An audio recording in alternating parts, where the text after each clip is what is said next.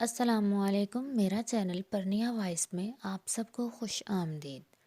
Sister, آپ سے امید کی جاتی ہے ویڈیو کو لائک کریں اور چینل کو بھی سبسکرائب کر دیں، شکریہ۔ سسٹر، آج میں ایک ناول کے ساتھ آپ کی حاضر خدمت ہوں۔ چلیے چلتے ہیں ناول کی طرف، جس کا نام ہے کورٹ میرج۔ پسند کی شادی کرنا جرم تو نہیں ہے، پھر کیوں میں دنیا والوں سے ڈر رہی ہوں؟ مہرو نے موبائل کی جلتی بجھتی اسکرین کو دیکھتے ہوئے بے چارگی سے سوچا۔ اپنے گھر والوں سے زیادہ وہ شہروز کے گھر والوں کا انکار سن کر پریشان تھی۔ آخر لڑکی نے سسرال میں جا کر رہنا ہوتا ہے۔ لڑکے تو ویسے بھی سسرال کے نخرے اٹھانے کے جھنجھٹ نہیں پالتے۔ میرے گھر والے بے شک شہروز کو اپنے گھر نہ آنے دیں، بس ایک بار مجھے اپنی دعاؤں میں رخصت کر دیں۔ لیکن سسرال والوں کے ساتھ رہنا میری مجبوری ہوگی۔ اس شادی کے لیے ان کی رضامندی از حد ضروری ہے۔ شہروز کو انہیں ہر صورت منانا ہوگا۔ مہر ماں نے اس کی مسلسل آتی کالز دیکھ کر غصے میں فون آف کر دیا۔ گھر والے نہیں مان رہے کا مردہ سنا کر اب وہ اسے کورٹ میرج کا راستہ دکھا رہا تھا۔ میں انچاہی بہو نہیں بننا چاہتی اور میں اپنے ماں باپ کو رسوا نہیں کر سکتی۔ مہر ماں نے خود کلامی کی۔ شہروز مہینوں سے اپنے ماں باپ کو منا لینے کے وعدے کر رہا تھا۔ وہ چاہتی تھی پہلے شہروز اپنے ماں باپ کو راضی کرے، پھر ہی وہ اپنے گھر والوں سے کھل کر بات کرے گی۔ مہر ماں اچھی طرح جانتی تھی کہ اس کے گھر والے شہروز جیسے آوارہ، بے روزگار اور غیر سنجیدہ لڑکے کو رشتہ نہیں دیں گے، لیکن شہروز کی یہ سب خامیاں مہر ماں اس کی ڈیشنگ پرسنالٹی کے ریپر میں لپیٹ دیتی۔ سامیہ بیگم سختی سے منع کر چکی تھیں اور بیٹی کو آنے والی زندگی کی اونچ نیچ سمجھا کر مطمئن ہو چکی تھیں، کیونکہ وقتی طور پر مہر ماں حقیقت کے دریچے سے جھانکتی زندگی کے خیال سے ہی جھرجھری لے کر رہ گئی تھی۔ لیکن کیا کریں اس محبت کا جو محبوب کی ہر خامی سے نگاہیں چرا کر بس محبت کے سوا کچھ نہیں چاہیے جیسے دھوکے سے مطمئن کر لیتی ہے۔ مہر ماں کچھ زیادہ نہیں، بس 1 سال سے شہروز کو جانتی تھی۔ وہ اس کی کالج فیلو لائبہ کا بھائی تھا۔ ایک بار بہن کو لینے کالج آیا تو مہر ماں سے مدبھیڑ ہو گئی۔ سیاہ آنکھوں والی کامنی سی مہر ماں پہلی نظر میں ہی دل کی مسند پر جا بیٹھی تھی۔ اس نے بہن کے فون سے اس کا نمبر لیا اور قسمت آزمانے کا فیصلہ کیا۔ میں آپ کو بہت پسند کرتا ہوں۔ رانگ نمبر سے آنے والی کال اور اس پہ یہ دیدہ دلیری کہ کال ریسیو ہوتے ہی پسندیدگی کا اظہار کر دیا گیا۔ مہر ماں نے اگلے کی مزید سنے بغیر 2-4 باتیں سنائیں اور نمبر ہی بلاک کر دیا۔ وہ اسے اس قسم کی کال سے سخت چڑ تھی۔ پلیز ایک بار میری بات سن لیجئے۔ لائبہ کے نمبر سے آنے والی کال پر اسی اجنبی کی آواز ابھری تو وہ ششدر رہ گئی۔ میں لائبہ کا بھائی ہوں، شہروز۔ کل کالج میں ملاقات ہوئی تھی اور یقین جانیں اس وقت سے آپ کے علاوہ کچھ سجھائی نہیں دے رہا، اور پلیز میرا نمبر ان بلاک کیجئے۔ مجھے بس ایک بار آپ سے بات کرنی ہے۔ شہروز نے فون بند کر دیا اور وہ حیرت کی تصویر بنی بیٹھی تھی۔ شہروز اسے بہت پہلے سے اچھا لگتا تھا۔ جب بھی وہ لائبہ کو لینے آتا، مہر ماں کے دل میں ایسے ہی ہیرونما ہم سفر کی خواہش مچلنے لگتی تھی۔ کیا شہروز مجھے بن مانگے مل رہا ہے؟ اس نے خود سے سوال کیا اور نہ جانے کیوں اس کا نمبر ان بلاک کر دیا۔ وہ شاید نہیں جانتی تھی کہ نامحرم کی محبت عطا نہیں سزا ہوتی ہے۔ مہر ماں نے نمبر تو ان بلاک کر دیا لیکن اس کی کال ریسیو نہیں کی۔ وہ دیکھنا چاہتی تھی کہ اس کے گریز سے وہ پلٹتا ہے یا اس کے دل تک پہنچنے کا راستہ ڈھونڈتا ہے۔ جب ایک بار کسی کو راستہ دے دیا جائے تو انسان خود ہی ان راستوں پر بھٹک جاتا ہے۔ مہر ماں بھی راستہ دے کر بھٹک گئی تھی۔ 1 سال میں وہ گوڈے گوڈے شہروز کی محبت میں مبتلا ہو چکی تھی۔ شہروز تو جنونی تھا اس کے لیے۔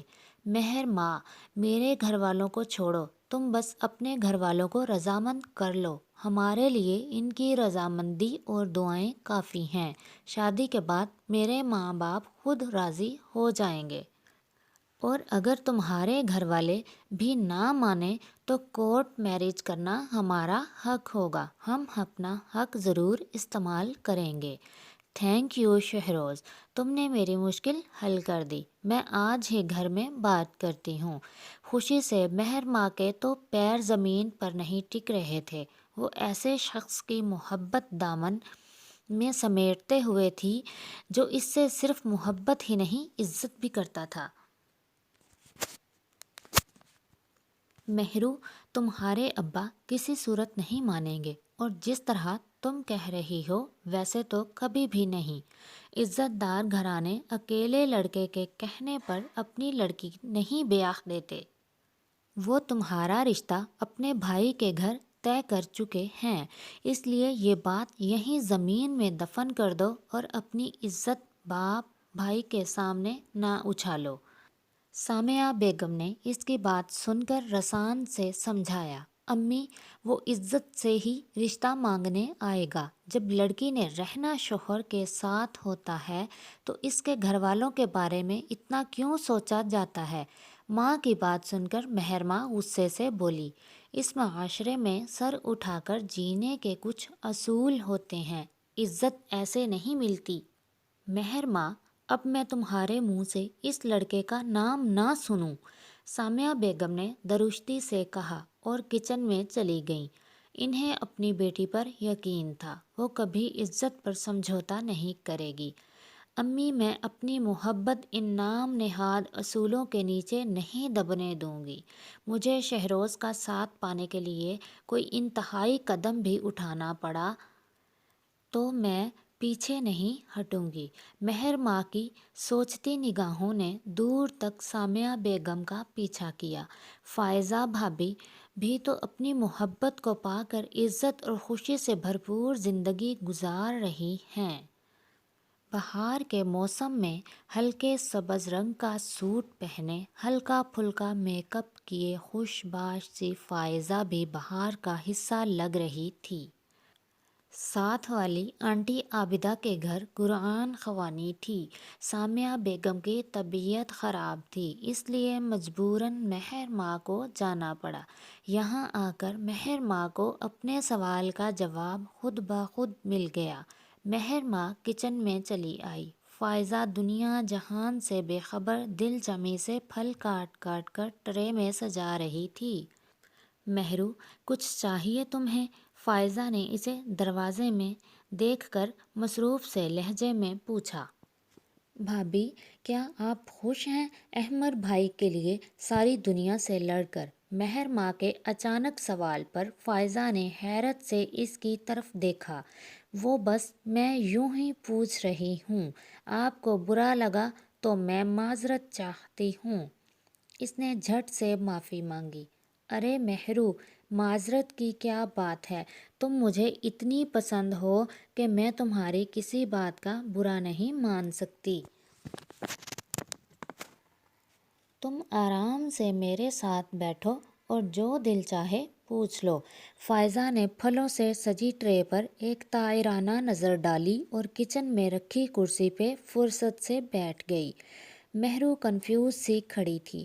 فائزہ نے دوسری کرسی کی طرف اشارہ کیا، وہ جھجکتے ہوئے کرسی پر بیٹھ گئی۔ فائزہ نے احمر سے کورٹ میرج کی تھی اور خود ہی سسرال چلی آئی۔ عابدہ بیگم نے اکلوتے بیٹے کی محبت میں بہو کو قبول کر لیا اور دھوم دھام سے ولیمہ کیا۔ حالانکہ وہ سامعہ بیگم کے سامنے بہو بیٹے کو گھر بدر کر دینے کے دعوے کر رہی تھیں، اب وہی عابدہ آنٹی تھیں جو بہو کے چونچلے کرتی تھیں۔ آخر وہ انہیں دادی کے درجے پہ فائز کرنے والی تھی۔ شادی کو 8 ماہ ہو گئے تھے، لیکن فائزہ کے گھر والے اسے معاف کرنے کو تیار نہیں تھے۔ لیکن فائزہ اپنے شوہر کے گھر بے انتہا خوش تھی۔ اسی لیے سامیہ بیگم اسے کچھ خاص پسند نہیں کرتی تھیں۔ یہی وجہ تھی کہ ایک دو بار فائزہ کی آمد کے بعد نہ جانے سامیہ بیگم نے عابدہ آنٹی کو کیا کہا تھا، وہ پھر کبھی ان کے گھر نہیں آئی۔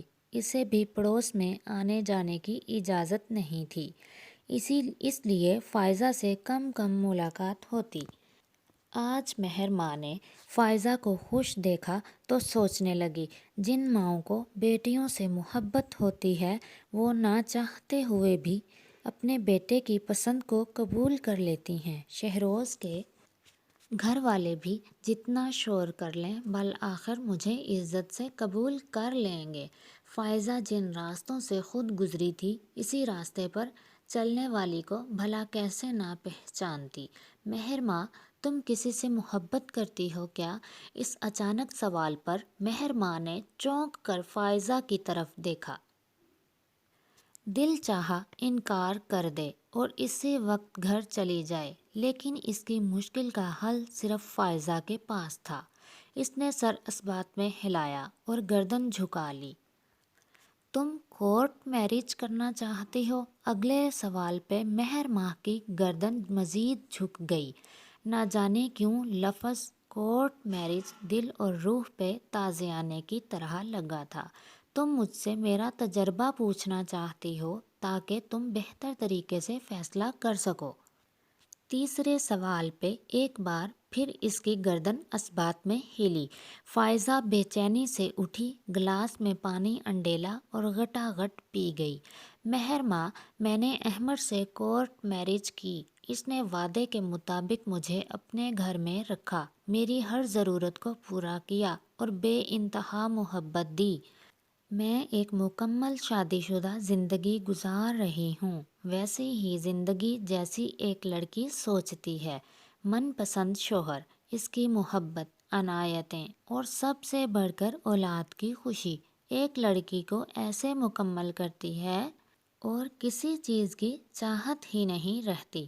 بھابھی، میں بھی آپ جیسی مکمل زندگی گزارنا چاہتی ہوں، ایسی زندگی جو من چاہے۔ ہم سفر کی ہمراہی میں گزرے۔ مہر ماں نے سرعت سے سر اٹھایا اور مضبوط لہجے میں بولی۔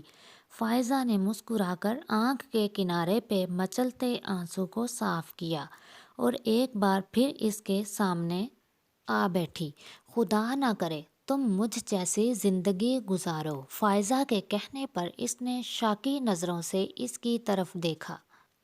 شاید فائزہ پاگل ہو گئی ہے، ابھی اپنی محبت کی لازوال داستان سنا رہی تھی اور اب یہ کہہ رہی ہے، تم سوچ رہی ہوگی کہ میں پاگل ہو گئی ہوں۔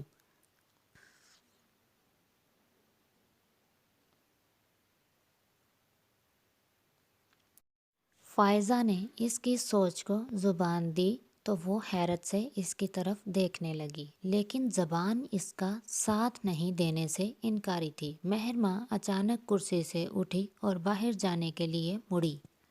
میری مکمل زندگی میں بس عزت کی کمی رہ گئی۔ احمد نے ہر وعدہ پورا کیا، لیکن یہاں اس نے بھی دغا دے دی۔ وہ مجھ سے آج بھی محبت کرتا ہے، لیکن چاہ کر بھی عزت نہیں کر پاتا۔ ذرا سی کشیدگی پر وہ گھر سے بھاگ جانے کے طعنے دیتا ہے اور اس کے گھر والے، یہ معاشرہ تو شاید مجھے 100 سال بعد بھی عزت دار لڑکی کہلانے کا حق نہیں دے گا۔ محبت پہ عزت کو وار دینے کا سودا بہت مہنگا ہے مہرو۔ اگر عزت کے بغیر رہ سکتی ہو تو کورٹ میرج کر لینا۔ مہر ماں کوئی بھی جواب دیے بغیر گھر چلی آئی۔ اچھا ہوا تم جلدی آ گئیں۔ جس گھر میں فائزہ جیسی لڑکی ہو، اس گھر میں جانا ذلت کو آواز دینا ہے۔ میں تو تمہیں بھیج کر پچھتا رہی تھی۔ سامیہ بیگم کے کہنے پہ مہرو نے افسردگی سے ماں کی طرف دیکھا اور اپنے کمرے میں گھس گئی۔ امی، میں کیسے سمجھاؤں آپ کو، فائزہ جیسی لڑکی آپ کی دعاؤں کی حقدار ہے، حقارت کی نہیں۔ مہر ماں نے آنسو صاف کیے اور ہاتھ پھیلا کر فائزہ کے لیے دعا کرنے لگی۔ میں عزت کے بغیر زندگی نہیں گزار سکتی، مہرو نے آنکھیں موندتے ہوئے فیصلہ کیا تھا۔ یہ ناول تو پہنچا اپنے اختتام تک، بہت جلدی حاضر ہوتے ہیں کسی نئے ناول کے ساتھ، تب تک کے لیے شکریہ۔ اللہ حافظ۔